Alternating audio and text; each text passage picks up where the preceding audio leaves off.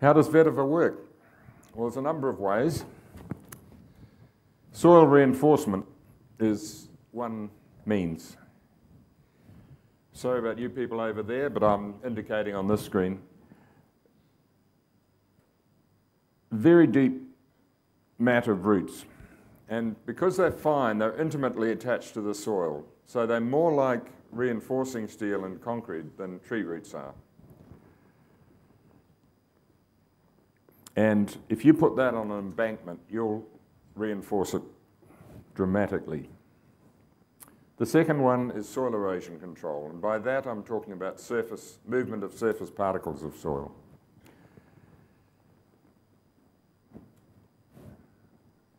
Here's an example of how it works. You can see here a terrace forming above the hedge. The hedge slows the water down, and when flowing water carrying sediment slows down, it drops the sediment. So it falls out, it's deposited. You can see here the deposited material upslope.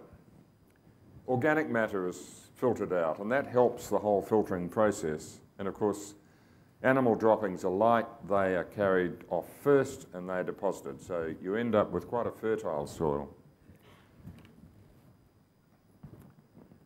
So you can get large volumes of soil retained with this technique.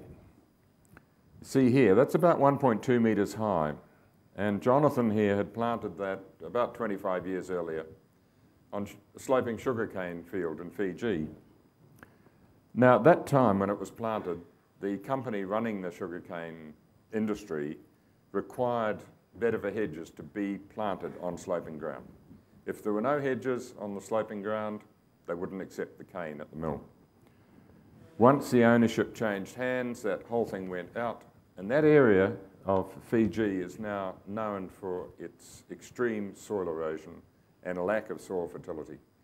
And yet they used to get a 10% increase in sugarcane yield if they used this system. This is where it links in with your story, Nat. You can increase infiltration greatly by using vetiver. You form these natural terraces. Now, this is an example that was done in Malaysia, and I saw this in 1992. This is the original soil surface, and here is the trapped sediment. But the impact of slowing the water down and having this loose, fresh soil is that water infiltrates easily into the ground. And on a large scale, you have this effect. This is in Ethiopia, and it's a part of Ethiopia that has quite high rainfall, but seasonal droughts. And before the hedges were put in, the rain was falling and it was running off. Now, roughly 17,000 households have planted vetiver hedges on their land. The soil loss has decreased, the crop yields have increased, but the big thing is the infiltration of water has increased, and now the wetlands at the bottom of the slopes are forming again, and the springs have more water. So when Nat was saying you can't create water, you can't, but you can certainly stop it running off into the sea very cheaply.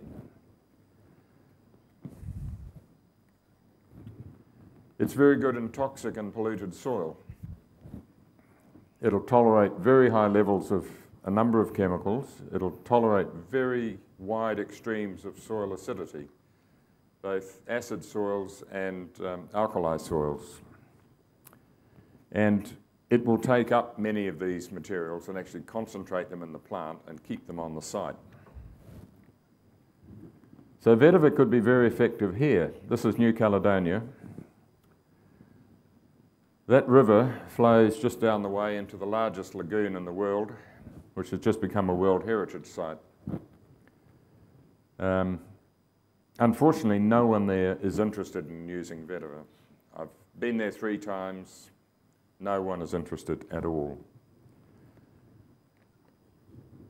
But it has been successful here, and this is where I've been using it in Vanuatu. I started there in 1995.